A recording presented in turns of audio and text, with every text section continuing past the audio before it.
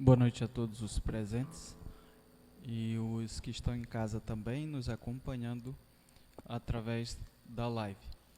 Essa música que nós acabamos de cantar, uma música muito interessante, muito profunda.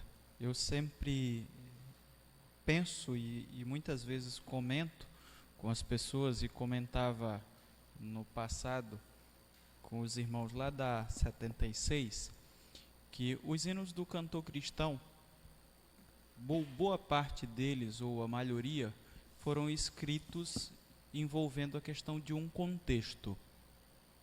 Por exemplo, tem um hino do cantor cristão que nós cantamos do Natal, que ele remete ao nascimento de Cristo, e fala que Cristo nasceu em Jerusalém.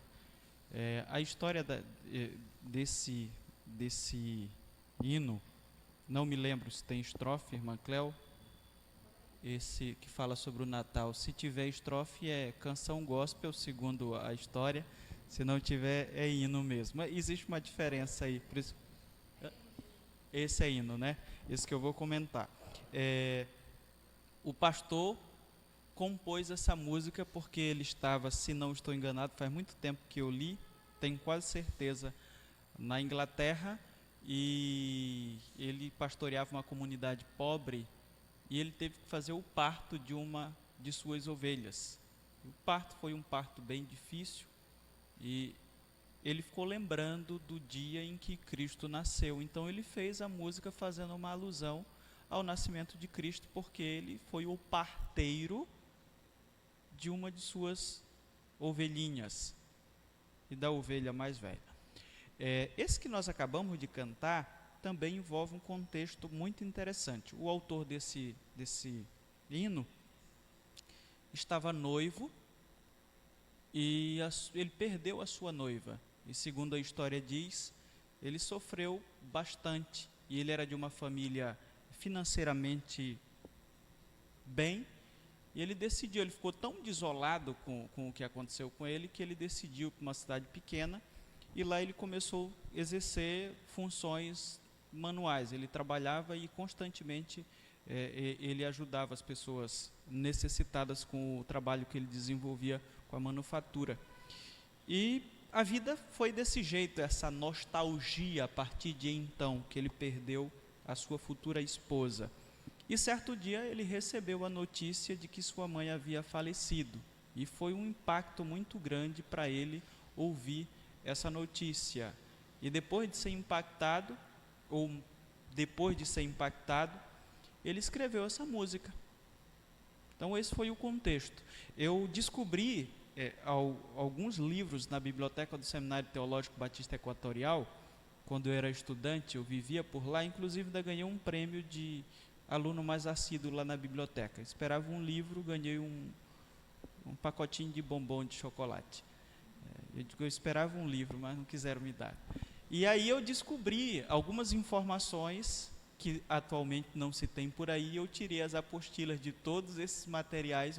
Eu tenho as apostilas, não sei por onde é que estão, que falam sobre a maioria dos hinos, como é que eles foram compostos, em que contexto eles foram compostos. E foi lá que eu peguei essas informações faz alguns anos, por isso é que às vezes a gente esquece de alguns detalhes.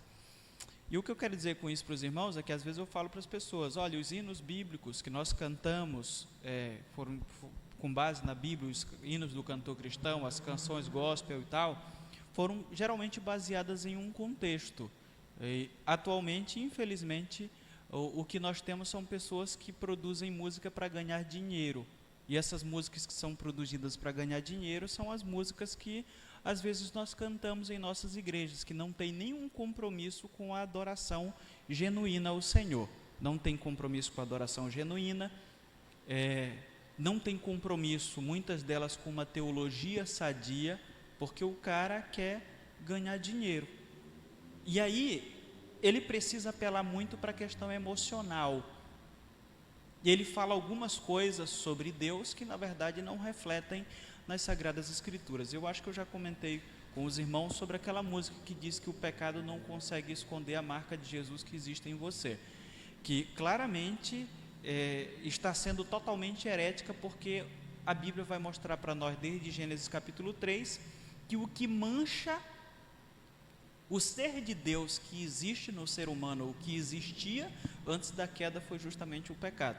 E é justamente o pecado que consegue esconder a imagem e semelhança de Deus que existe em nossas vidas. Mas o cara quer ganhar dinheiro e as pessoas consomem esse tipo de coisa, ou elas querem consumir, estão, diria que ágeis por consumir esse tipo de conteúdo para satisfazer o ego, e aí eles têm um público muito bom. Se eles não tivessem público, eu sempre digo, eles não estariam aí. A Bíblia diz, Jesus Cristo disse que no final, os falsos profetas surgiriam e enganariam muitas pessoas. Paulo fala que os falsos profetas iriam surgir por causa de um anseio das pessoas, por terem alguém para acalentar os seus ouvidos com verdades bonitas. Iriam coçar os ouvidos dessas pessoas. Então é assim que funciona esse contexto aí. Olhamos para o nosso texto aí, eu acredito que os irmãos já viram na live, os que estão nos acompanhando, Mateus capítulo 5, aqueles que estão aqui, é Mateus capítulo 5. A gente vai dar continuidade para terminar aquele assunto que eu iniciei semana passada. O assunto termina aí, terminamos no versículo 26 do capítulo 5, e aí a gente vai ler mais alguns versos para nós podermos terminar. Eu acho que vai ser muito interessante, porque faz parte do mesmo assunto, embora pareça que não. Inclusive nós até comentamos sobre esses versículos depois, porque eles abrangem o mesmo assunto que Jesus Cristo está querendo enfatizar. Mateus capítulo 5, do versículo 27 ao versículo 30, nós iremos só nesses versos hoje. Eu estou planejando depois dar uma continuada, porque tem outros assuntos aqui que são interessantes para nós meditarmos em um dia como este, que é o dia em que nós nos reunimos como culto ao Senhor. O texto diz assim: vocês ouviram o que foi dito, não adulterarás, mas eu lhes digo, qualquer que olhar para uma mulher para desejá-la, já cometeu adultério com ela no seu coração. Se o seu olho direito o fizer pecar, arranque-o e lance-o fora. É melhor perder uma parte do seu corpo do que ser todo ele lançado no inferno. E se a sua mão direita o fizer pecar, corte-a e lance-a fora. É melhor perder uma parte do seu corpo do que ir todo ele para o inferno. Senhor nosso Deus e Pai, mais uma vez a Tua palavra está escancarada diante de nós, com verdades profundas que afetam a nossa vida de uma forma confrontadora, porque afinal de contas, todos os dias nós somos tentados a nos afastarmos de Ti por conta daquilo que apraz a nossa visão, independentemente do que seja.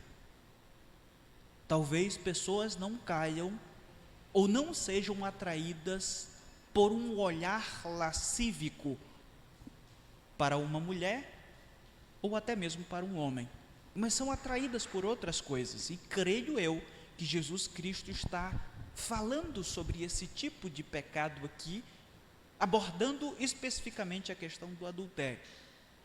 Mas eu acredito que abrange muito mais.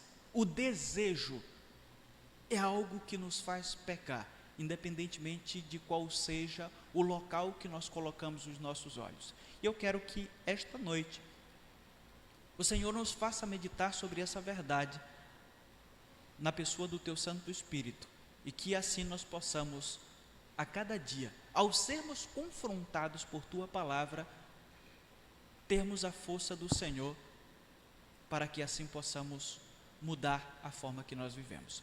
É o que eu te peço, em nome de Jesus, Pai, eu te agradeço, amém. Conforme eu já comentei para os irmãos, semana passada expomos a perícope anterior. Para aqueles que têm nos acompanhado, vocês aprenderam que perícope é uma ideia completa, do grego perikopai, de um texto. Então nós usamos com frequência esse termo, não para vocês dizerem assim, o pastor fala legal. é apenas para economizar palavras, porque eu já falo demais. Então, para falar a ideia do texto toda, então já abrange. Perícope, os irmãos já sabem, aprendem uma palavra bonita e me ajuda muito aí na questão de não ter que explicar. Às vezes eu volto nesse assunto e explico porque às vezes nós temos um público novo, como nós temos pessoas novas que estão nos acompanhando neste dia. Quando nós falamos sobre essa perícope anterior, como eu falei aqui agora, nós concluímos que Jesus fez uma correta e profunda interpretação acerca do pecado, ao dizer que o pecado acontece antes mesmo dele se tornar um ato prático. As pessoas daquela época condenavam o pecado provavelmente apenas como um ato prático, mas nós falamos para os irmãos que elas estavam enganadas. Os especialistas na teologia judaica daquela época, as principais escolas, que era a escola de Shammai e a escola de Hillel, provavelmente não deram uma ênfase a esse assunto. Jesus Cristo, inclusive, faz uma alusão de que parece-me que eles se calaram sobre isso. Mas ele enfatiza esse assunto e vai dizer que o pecado é pecado antes mesmo dele acontecer. O pecado acontece quando você sente o desejo de praticá-lo. E aí nós pensamos e falamos para os irmãos que Jesus Cristo está fazendo uma alusão direta a Gênesis capítulo 3, onde, quando aconteceu o pecado, houve primeiramente um desejo. O fruto proibido era agradável aos olhos. Então, Jesus Cristo não está inventando algo novo e dizendo que ele mudou as coisas, não é isso. Ele está dando uma interpretação correta desses fatos. E aí, nós precisamos entender que isso significa que, se você, mais uma vez, apenas sentir vontade de praticar o pecado, já transgrediu as leis de Deus. É isso que Cristo ensina e ensinou na perícope anterior e continua a ensinar nesta. O primeiro exemplo que Jesus usou para exemplificar esse assunto se tratou da ira. Para aqueles que estavam na semana passada aqui, lembram muito bem que o texto enfatizou a ira, o assassinato, ou que a ira pode se tornar um assassinato apenas pelo simples fato de você desejar praticá-la. O sentimento de ira, nós falamos muitas coisas, mas eu queria concluir em poucas palavras esse assunto hoje. O sentimento de ira é o desejo de destruir a vida do outro. E Jesus Cristo disse que, mesmo que você só pense ou que você só sinta o desejo de destruir a vida do outro, você já pecou. Você não destruiu na prática, mas destruiu o seu relacionamento com Deus, por conta de que esse desejo afeta o seu relacionamento com Ele, a sua espiritualidade diante dEle. O segundo exemplo, que está na mesma linha aí, por isso nós decidimos tratar sobre esse assunto hoje, trata-se do adultério, que inicia com um olhar impuro. E eu me lembro, por exemplo, de Davi. Davi, o texto começa dizendo, na época em que os reis deveriam ir para a guerra, a ideia é, Davi não foi. Alguns comentaristas bíblicos vão dizer que, parece-me que o texto dá a ideia de que Davi ficou contemplando uma espécie de preguiça, porque ele deveria ter ido, mas não foi. Se ele tivesse ido, seria melhor estar matando o filisteu do que pecando contra Deus. O texto diz, ele não foi, e de repente ele está em sua janela e vê uma mulher lindíssima, traduzindo aquilo que o texto disse, ela era muito bela. Só que ao olhar, ele não desviou o seu olhar, ele continuou olhando ao ponto de desejar aquela mulher. E aí o pecado começou a agir nas entranhas daquele homem que era um homem de fortes desejos. Alguns comentaristas também vão dizer que Davi era esse homem, de fortes desejos. Quando você vai estudar a sua história, de uma forma muito clara, percebe isso. Então, voltemos para o nosso texto. O segundo texto que Jesus Cristo utiliza para falar sobre o sentimento que antes mesmo de ser colocado em prática, torna-se pecado, inicia com um olhar. É o desejo de obter aquilo que não lhe pertence. O primeiro exemplo é um sentimento de ira, é o desejo de destruir a vida do outro. E o segundo exemplo é o desejo de obter aquilo que não me pertence. Eu disse para os irmãos, inclusive em oração, e semana passada, que não creio que Jesus Cristo, ao usar esses dois exemplos, estivesse se referindo apenas a esse assunto. Ele está falando de muitas coisas que nós desejamos durante o dia. Matar o outro, obter a coisa do outro, independentemente de ser a mulher ou não, nós somos movidos por isso. O nosso olhar se atrai para muita coisa que não deveria diariamente, e nós precisamos pensar sobre isso. Mais uma vez, o pecado de um homem tem origem nos desejos pecaminosos de seu coração. Não está apenas no ato, é isso que Jesus está dizendo para essas pessoas. E aí é que eu queria fazer dois destaques, que eu acredito que são fatos importantes acerca desse texto. O primeiro é que o pecado origina-se, Jesus Cristo diz, de um olhar impuro. Do versículo 27 ao versículo 28 nós temos isso. Olhe na sua Bíblia de novo. Ouvistes que foi dito, não adulterarás? Eu, porém, vos digo, qualquer que olhar para uma mulher com intenção impura, no coração já adulterou com ela. Depois de falar sobre, mais uma vez, voltemos um pouco ao texto anterior para que possamos entender este aqui. Depois de falar sobre o sexto mandamento, que é o que se refere o texto anterior, Jesus faz uma correlação com o sétimo também, para vocês terem a ideia de que tudo está relacionado, o sexto e sétimo mandamento. Então, ele está pensando da mesma forma que nós precisamos pensar ao compreendermos esse texto. Para Cristo, esses dois mandamentos eram movidos por um sentimento único, sentimentos de intenções pecaminosas interiores, aquilo que está no ser do homem antes mesmo de ser colocado em prática. Então Jesus ensina que o adultério, além de ser um ato sexual, ele nasce em um olhar. Ele não é só um ato, ele não deve ser condenado apenas como um ato, e Deus não vê dessa forma. Para ele, uma pessoa pode até se orgulhar de não ter quebrado o mandamento, mas mesmo assim está com o coração cheio de pecado. Olhem só o que Pedro diz em 2 de Pedro, capítulo 2, versículo 14. Tendo os olhos cheios de adultério, nunca param de pecar, iludem os instáveis e têm o coração exercitado na ganância. E ele conclui dizendo: malditos. Aquele que ouviu Jesus ensinar esta verdade está dizendo que pessoas do seu tempo estavam com um olhar cheio de adultério. E com isso essas pessoas se tornavam malditas diante de Deus. Stanley Jones afirma o seguinte, ele diz assim: se você pensa ou age de maneira adúltera, você não satisfaz o impulso sexual, você derrama óleo no fogo para apagá-lo. Perceberam? É muito interessante isso. Você pode se orgulhar e dizer: olha, eu nunca cometi esse ato.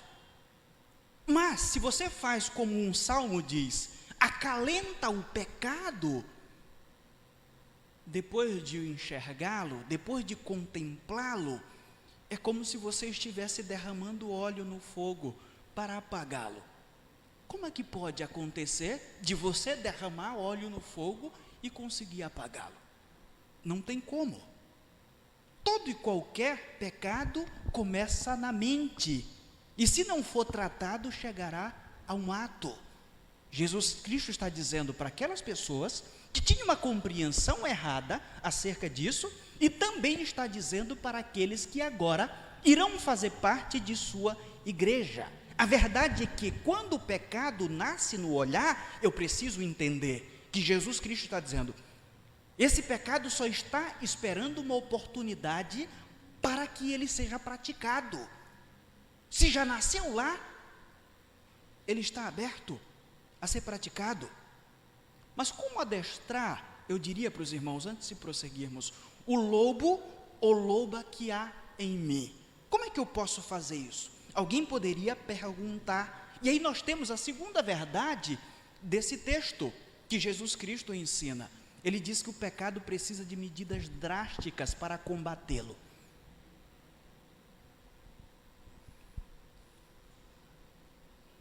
Esse texto é muito atual.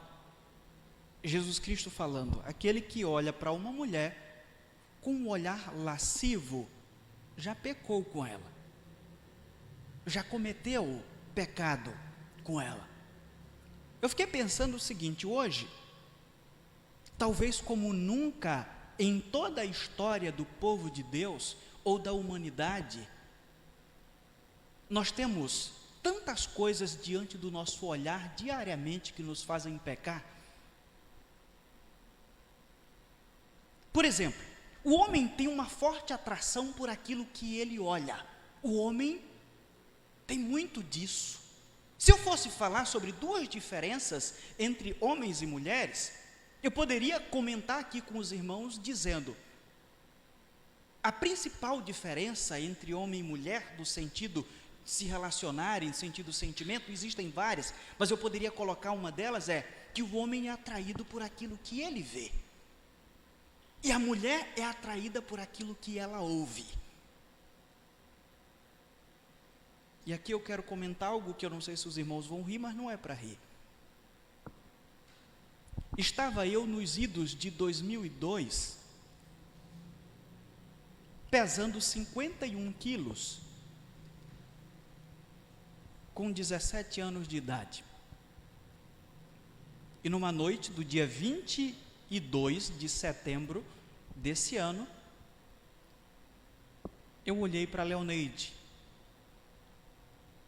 uma loira magrinha, que foi ao mesmo tempo comigo na mesa do professor de matemática, para colocar os nossos nomes, porque fomos transferidos, nós não nos conhecíamos. Eu fui transferido da manhã para a noite, porque precisei trabalhar, e ela foi transferida da tarde para a noite, e nós fomos juntos, ao mesmo tempo lá conversar com o professor. Um ficou com o número 37 e o outro 38. E aí eu comecei a olhar para aquela menina, e aquilo que eu vi me chamou muita atenção, e ela ficou com raiva de mim, porque ela achou que eu estava olhando muito para ela. E ela me disse, e diz até hoje, que ela não gostava de mim por causa disso. Eu me sentia atraído por aquilo que eu via, a beleza corporal e também o seu comportamento. E ela não queria saber de um rapaz cabeçudo com 51 quilos. E aí o que eu precisei fazer para conseguir que a mulher gostasse de mim? Papo. Eu comecei a me chegar com ela e comecei a conversar com ela. E aí a coisa aconteceu. Esse é um exemplo mais próximo de mim, de como homens e mulheres são atraídos. Esse é um exemplo positivo, mas está aí diante de nós exemplos negativos todos os dias que nós enfrentamos. Naquela época que Jesus falou sobre isso aqui, fazendo uma alusão principalmente aos homens, os homens não tinham toda essa gama sexual que está aí nas palmas de suas mãos, diante dos seus olhos. Quando você vai saindo da igreja, pode ver uma moça seminua. Não existia isso, e hoje existe tudo isso diante de nós, e o texto continua sendo válido, e Jesus continua dizendo que aquele que olhar, já pecou, por mais que ele não tenha cometido o ato. Ele não está dizendo, não olhem. Ele não está dizendo, coloquem uma máscara em suas caras. Ele está dizendo, cuidado com o desejo ao olhar. Por isso ele diz que o pecado precisa de medidas drásticas para combatê-lo. E eu acho fantástico esse texto aqui. Acho muito fantástico, principalmente porque Jesus está aqui dizendo para nós o quanto o pecado é grave. E às vezes nós somos forçados ou tentamos nos convencer de que não é. Olhe para o seu texto, olha o que Jesus Cristo está dizendo. Se o teu olho direito te faz tropeçar, o meu olho direito é o melhor que eu tenho, o outro é cego. Arranca-o e lança-o de ti, pois te convém que se perca um dos teus membros e não seja todo o teu corpo lançado no inferno. E se a tua mão direita te faz tropeçar, corta e lança de ti, pois te convém que se perca um dos teus membros e não vá todo o teu corpo para o inferno. Após derrubar uma árvore, eu me lembro muito bem, tinha uns trabalhadores do meu pai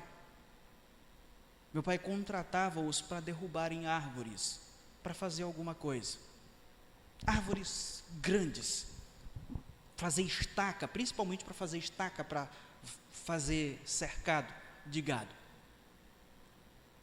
Esses homens derrubam uma árvore, eles pegam com o machado, cortam um tronco e, vamos usar o nome lenhador, esses homens procuram uma pequena rachadura nesse tronco para que ele possa colocar o machado,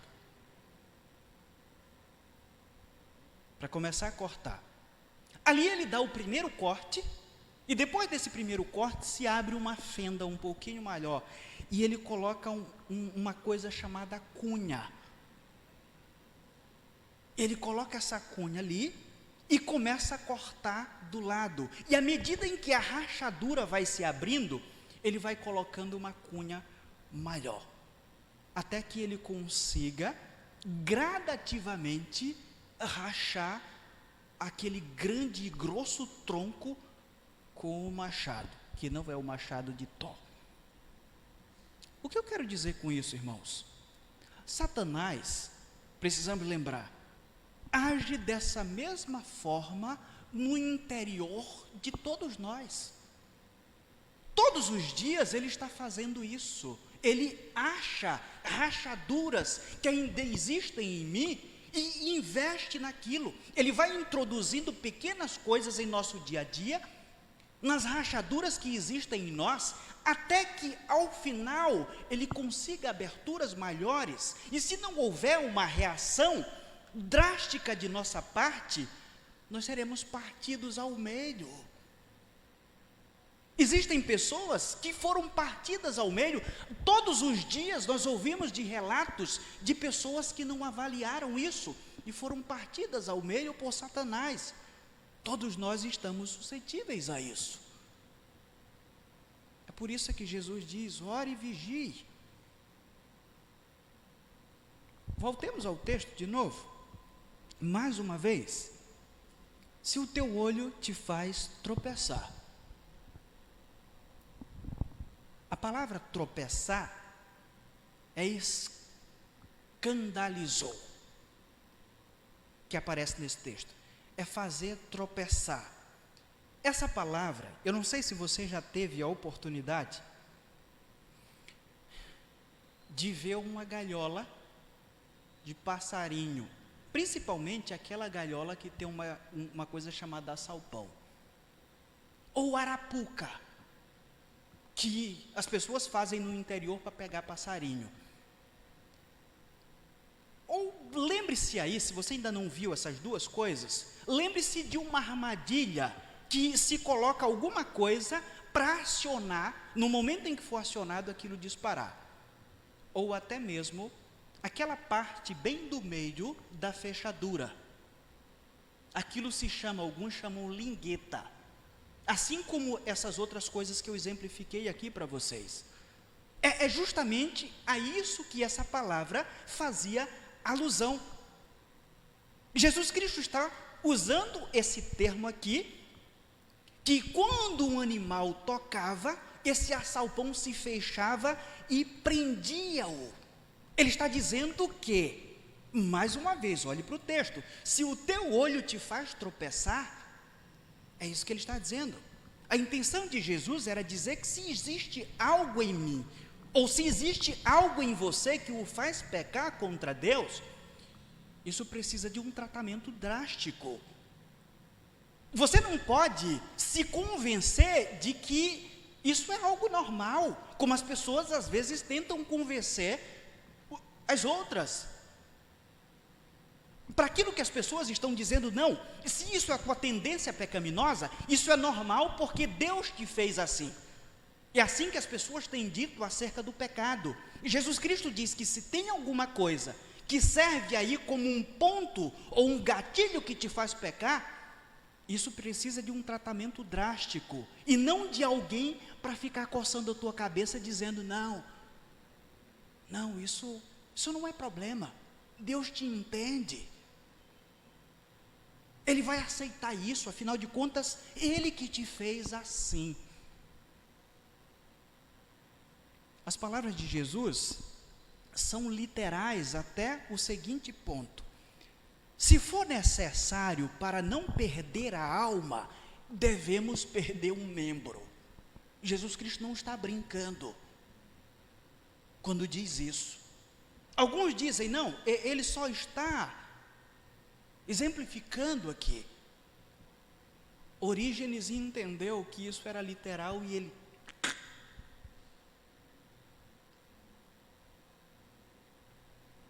é o que ele entendeu que o fazia pecar.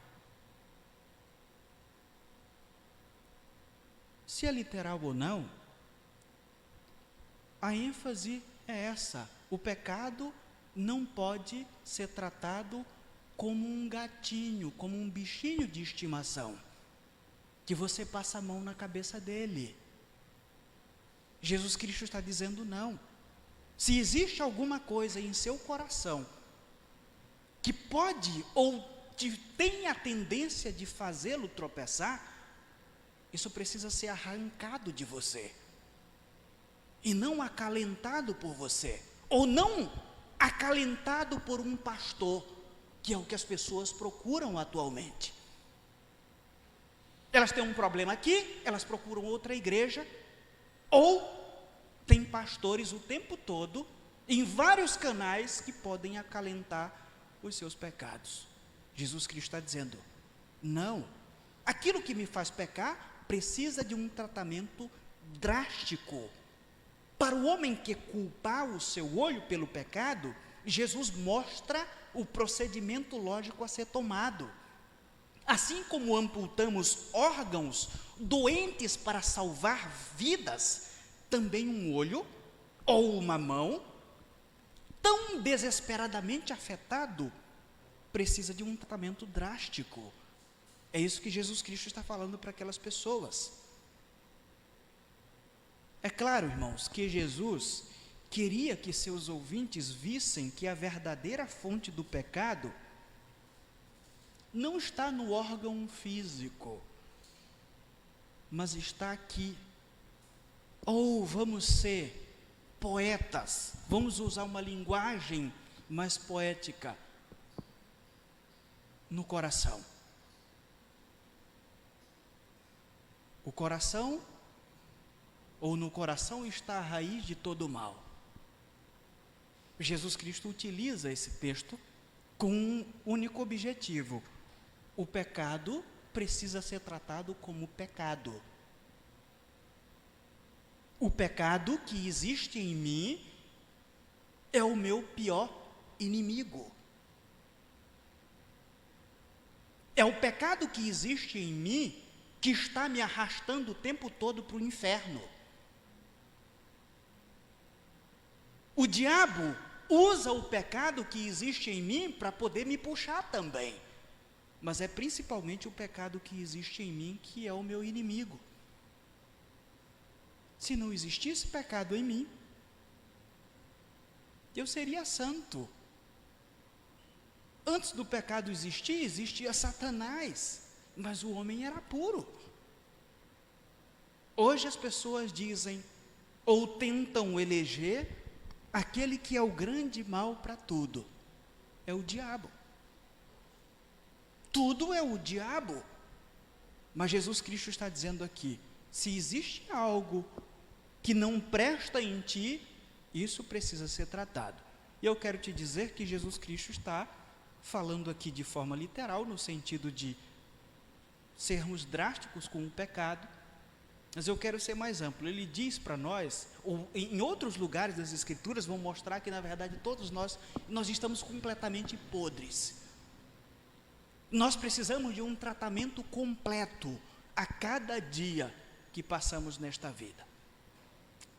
E a Bíblia entende que nós precisamos disso, tanto que no Antigo Testamento, em Ezequiel capítulo 36, do versículo 26 ao versículo 27, nos diz assim: darei a vocês um coração novo, e porei um espírito novo em vocês. Tirarei de vocês o coração de pedra, e lhes darei um coração de carne. Porei o meu espírito em vocês, e os levarei a agirem segundo os meus decretos, e a obedecerem fielmente as minhas leis. Com isso, o Antigo Testamento já nos dizia que nós não prestamos para nada.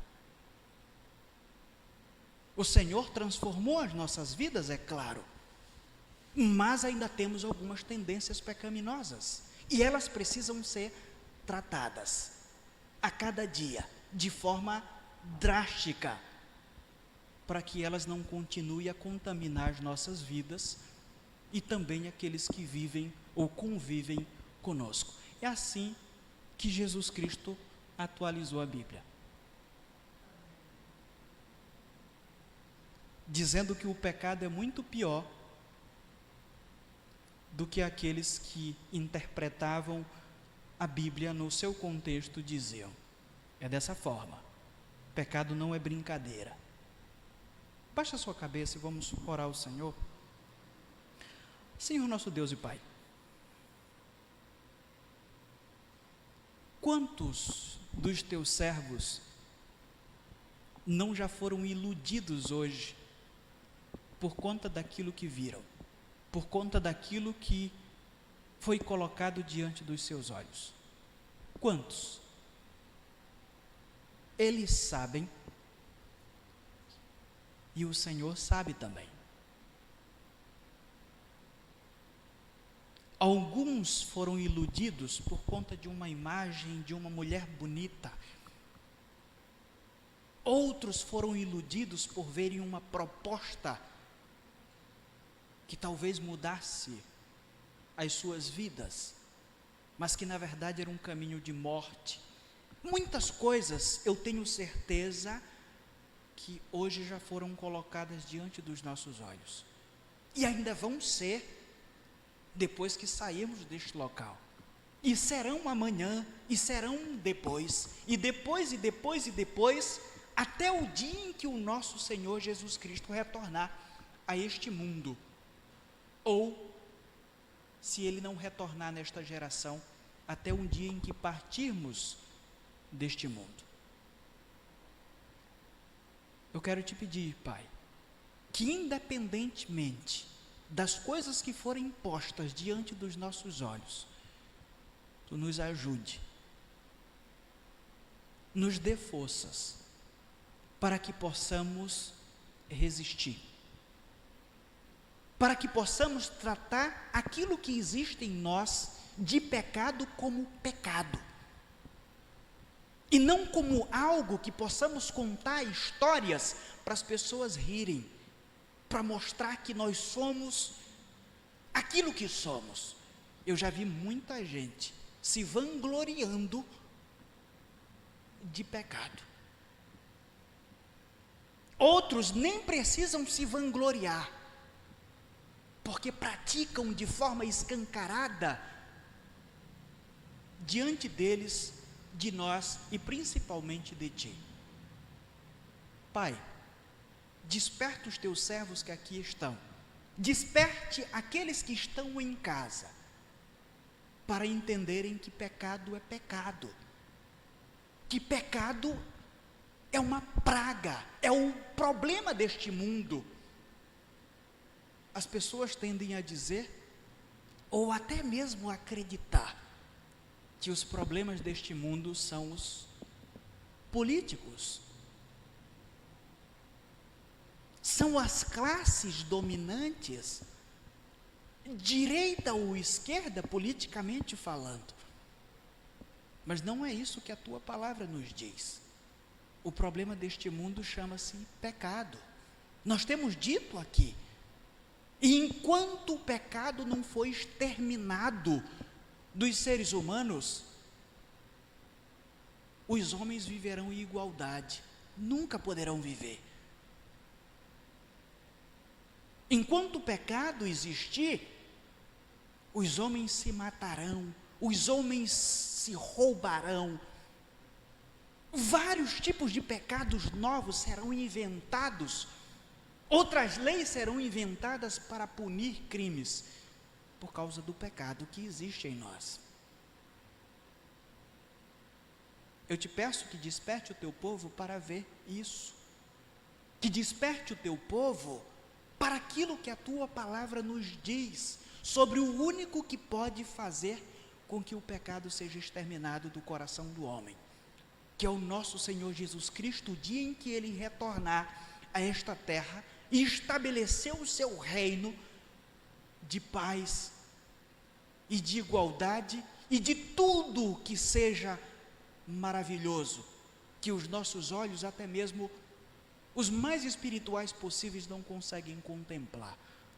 Senhor, nos faça almejar pelo teu reino e não pela próxima eleição, Pai.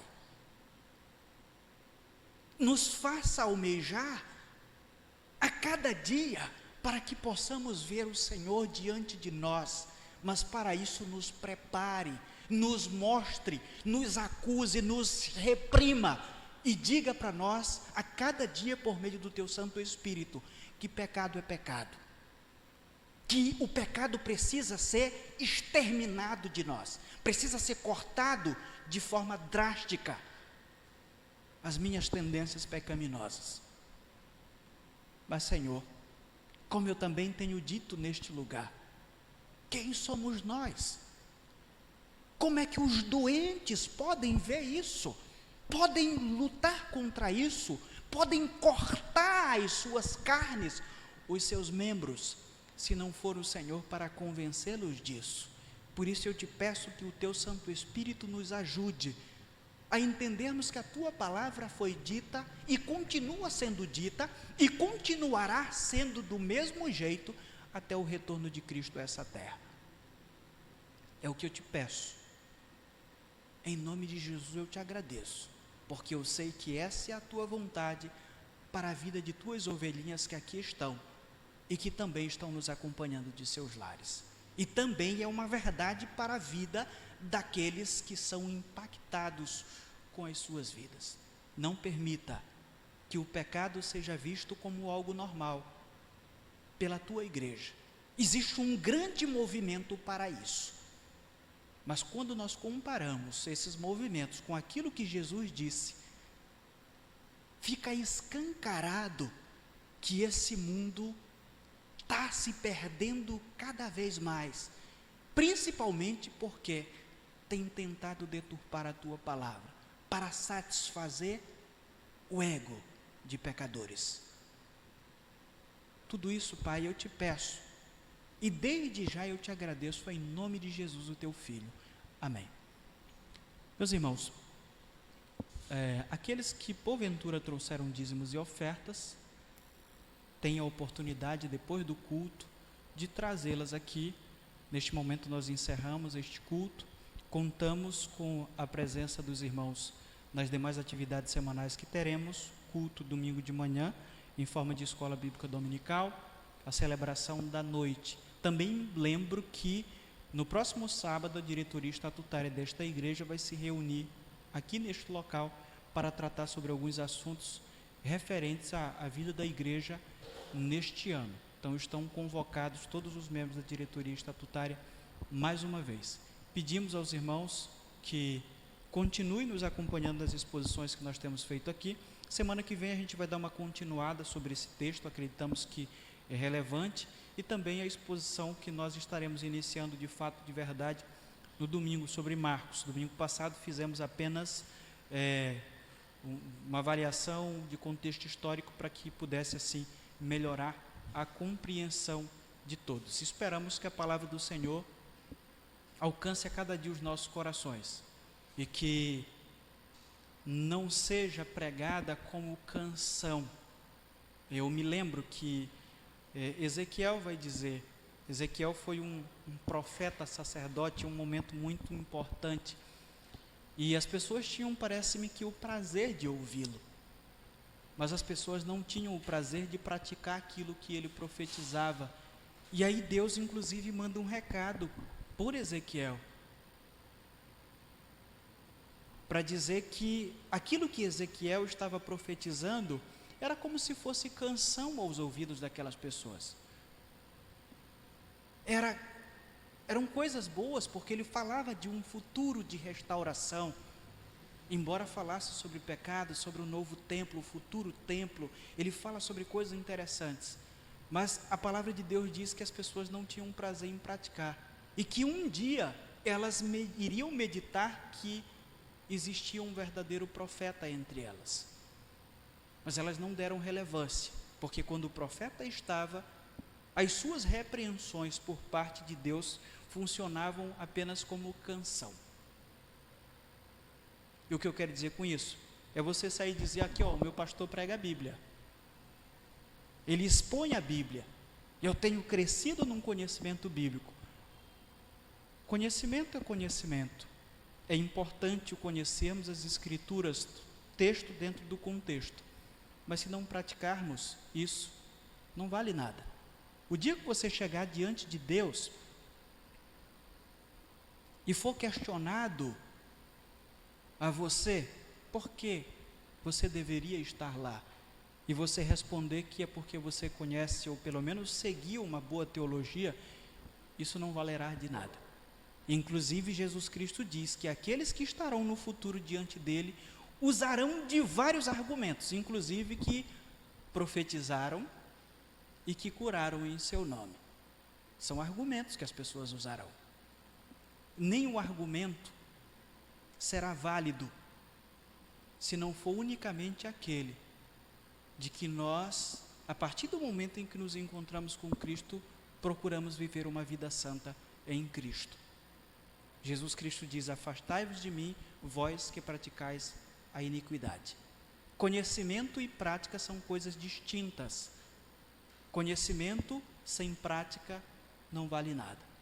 Então não se vanglorie de fazer parte da Igreja Batista, de ter uma igreja que prima pela boa teologia, se você não está disposto a praticar essa boa teologia que é ensinada.